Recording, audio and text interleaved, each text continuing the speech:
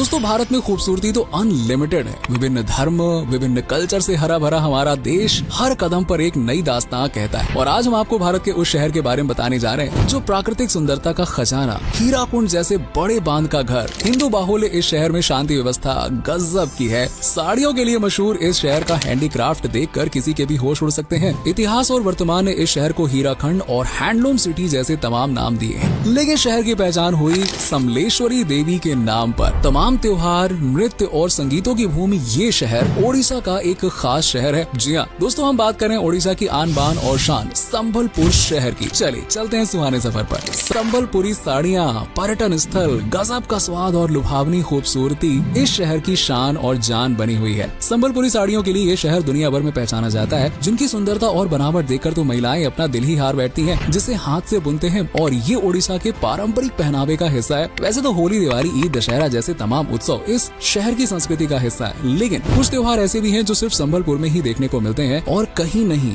जैसे कि नुआखाई, जो कि संबलपुर सहित पूरे पश्चिमी ओडिशा में धूमधाम से मनाया जाता है। ये असल में नए चावल का जश्न है, जिसे आप फसलों का त्योहार मान सकते हैं। इसके बाद बात आती है रथ यात्रा की, जो पूरे ओडिशा में सबसे ज्यादा पसंद किया जाता है। आपने श्री जगन्नाथ रथ यात्रा के बारे में तो सुना ही होगा। जी हाँ, ये वही है। शहर के लगभग हर गाँव में जगन्नाथ मंदिर है, जहाँ से यात्रा निकाली जाती है और इस दौरान जगन्नाथ गुड़ियों के साथ पूरा संबलपुर इस रथ यात्रा का हिस्सा बनता है। साथ ही यहाँ माओ द्वारा अपने बेटों की लंबी उम्र, समृद्धि के लिए पूजा, ज्यूंटिया त्योहार सहित तमाम त्योहार और उत्सव मनाए जाते हैं। वैसे अगर आप संबलपुर घूमने के लिए आना चाहते हैं तो जरा यहाँ के फेमस टूरिस्ट प्लेसेस के बारे में तो जान लीजिए। भारत के तेजी से बदलते शहरों की लिस्ट में शुमार ओडिशा का राजनीतिक और शैक्षणिक केंद्र के रूप में उभरे संबलपुर में सबसे पहले आप घूमने जा सकते हैं समलेश्वरी मंदिर। जी हाँ, वही मंदिर जिसने शहर को नाम और पहचान दी। संबलपुर पहुँचने वाले लोग सबसे पहले समलेश्वरी मंदिर में माँ समलेश्वरी के दर्शन करने के लिए जाते हैं और फिर अपनी यात्रा शुरू कर देते हैं। अब यूँ तो मंदिर को प्राचीन समय में ही बनाकर तैयार कर लिया गया था,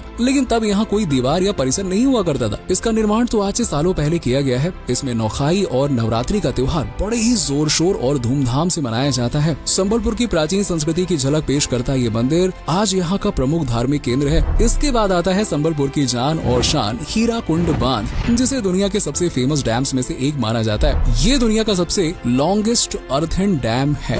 यस, आजादी से पहले ये भारत में पहली नदी घाटी परियोजनाओं में से एक है, जो महानदी में करीबन 5 किलोमीटर की दूरी पर मौजूद है। इस बांध के निर्माण की बात करें तो इसे 1557 में बनाया गया था और ये इंसानों के द्वारा बनाया गया सबसे लंबा बांध और झील है। मैनमेड इस झील का नजारा देखना अपने आप में ही अद्भुत है। बाढ़ पर कंट्रोल रखने और बिजली को मैक्सिमम प्रोड्यूस करने के लिए बना ये बांध 4.8 किलोमीटर लंबा है और 5818 million cubic metre water store करता है। शहर की सुंदरता जितनी यहाँ के मंदिरों से बढ़ती है, भव्यता उतनी ही ज्यादा हीराकुंड डैम की बदौलत निखरती है। ये पूरे ओडिशा के लोगों का सबसे पसंदीदा पिकनिक स्पॉट भी है। वैसे आपको बता दें कि यहाँ पे आप बोटिंग और फिशिंग का मजा भी ले सकते हैं, यानी विदेशों में जाके पैसे वेस्ट करने की क्या जरूरत है यार, क्योंकि विदेशों के मजे आप अपने संबलपुर में भी तो ले सकते हैं ना, वो भी कम दाम में। सही है ना। हीराकुंड रिजर्वेयर में कई द्वीपों में से एक कैटल आइलैंड है, जिसका नाम आपको जितना यूनिक लग रहा है, ये आइलैंड भी उतना ही यूनिक है। कहते हैं कि छोटी सी पहाड़ी पर रहने वाले लोग उस समय यहाँ से चले गए जब हीराकुंड बांध का निर्माण करवाया गया, लेकिन तब उन्होंने अपने जानवरों, पशु पक्षियों को यहीं छोड़ दिया था। बाद में इन्हीं पशुओं के जरिए नई नस्लें इस दुनिया में आई और बन गया कैटल आइलैंड, यानी कि जानवरों का घर। यहाँ रहने वाले पक्षियों में विदेशी पक्षी भी हैं और जानवरों की संख्या आइलैंड पर बहुत तेजी से बढ़ती जा रही है। हालांकि कहते हैं कि आइलैंड पर मिलने वाले हाथी, घोड़े अकड़ू और गुस्सैल स्वभाव के होते हैं, इसीलिए उनसे सुरक्षा जरूरी है। इसके बाद सबसे बेहतरीन और धार्मिक जगह की बात करें तो दोस्तों ये है हुमा मंदिर, जो दुनिया का एकमात्र ऐसा मंदिर है जिसकी बनावट कुछ झुकी हुई सी है, मानो मंदिर झुककर किसी को प्रणाम कर रहा हो। ये भी अनोखा है यार। ये संबलपुर से करीबन 23 किलोमीटर की दूरी पर साउथ में स्थित है, जो महानदी के किनारे पर मौजूद है और भगवान शिव को समर्पित है। इस मंदिर की खासियत ये है कि यहाँ कुल 3 मंदिर हैं और तीनों के तीनों मंदिर अलग अलग दिशाओं में अलग अलग तरह से झुके हुए हैं। लेकिन हाँ, इस मंदिर को देखने में आपको बड़ा ही आनंद आने वाला है, इसलिए आइएगा जरूर।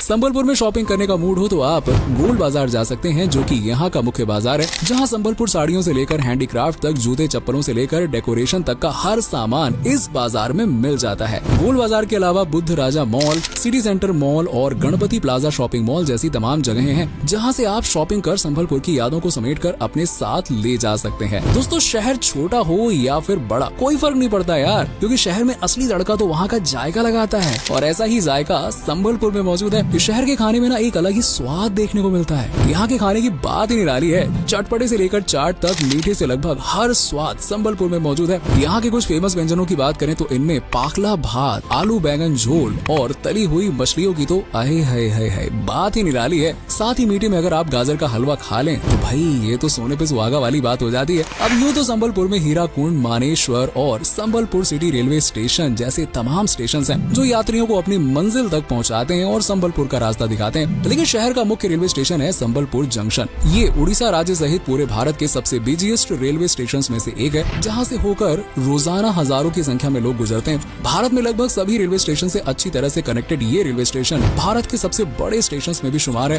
दोस्तों उम्मीद करते हैं ये खूबसूरत प्राकृतिक सुंदरता का खजाना शहर यानी कि संबलपुर आपको पसंद आया होगा। आप में से अगर कोई संबलपुर या फिर उड़ीसा से है तो हमें कमेंट सेक्शन में कमेंट करके जरूर बताइए।